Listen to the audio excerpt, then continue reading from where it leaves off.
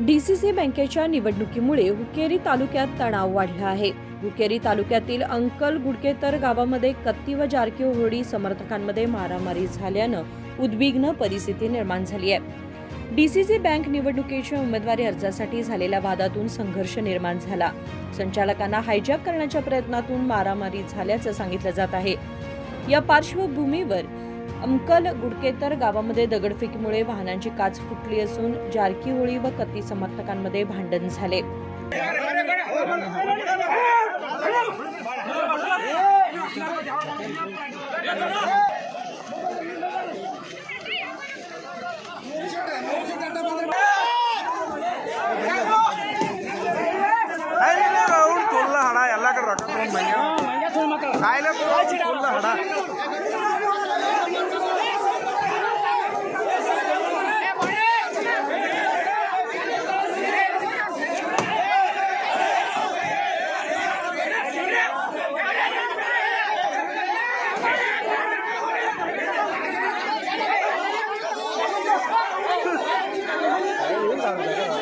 परिस्थिती नियंत्रणात आणण्यासाठी पोलिसांना प्रचंड परिश्रम घ्यावे लागत आहेत।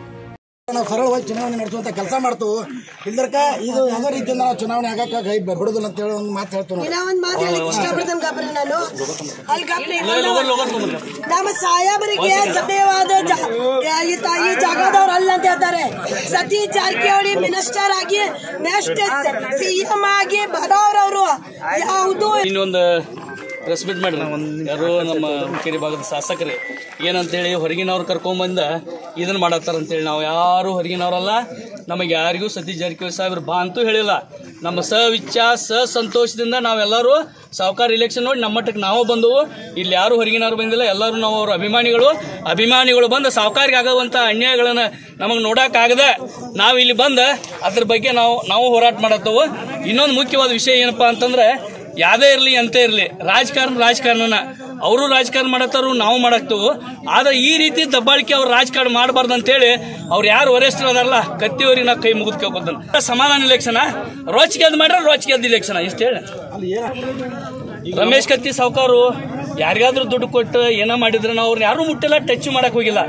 ನಮ್ಮ ಪರವಾಗಿ ಯಾರಿಗೆ ಸತೀಶ್ ಜಾರಕಿಹೊಳಿ ಸಾಹೇಬರು ಪೆನಾಲಿಗೆ ನಾವು ವೋಟ್ ಹಾಕ್ತೇವೆ ಅಂತ ಯಾರು ಡೈರೆಕ್ಟರ್ಗಳು ಬಂದಾರಲ್ಲ ಅವ್ರು ನಾವು ಕೇಳಾಕ್ತೇವೆ ವಿನಃ ಇನ್ನೊಬ್ರು ನಾವು ಟಚ್ ಮಾಡೋ ಉದ್ದೇಶ ಇಲ್ಲ, ನಾವು ಟಚ್ ಮಾಡತ್ತಿಲ್ಲ।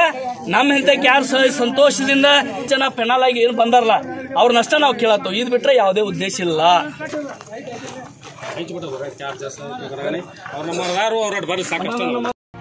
सचिन कांबळे, KMM मराठी, हुक्केरी।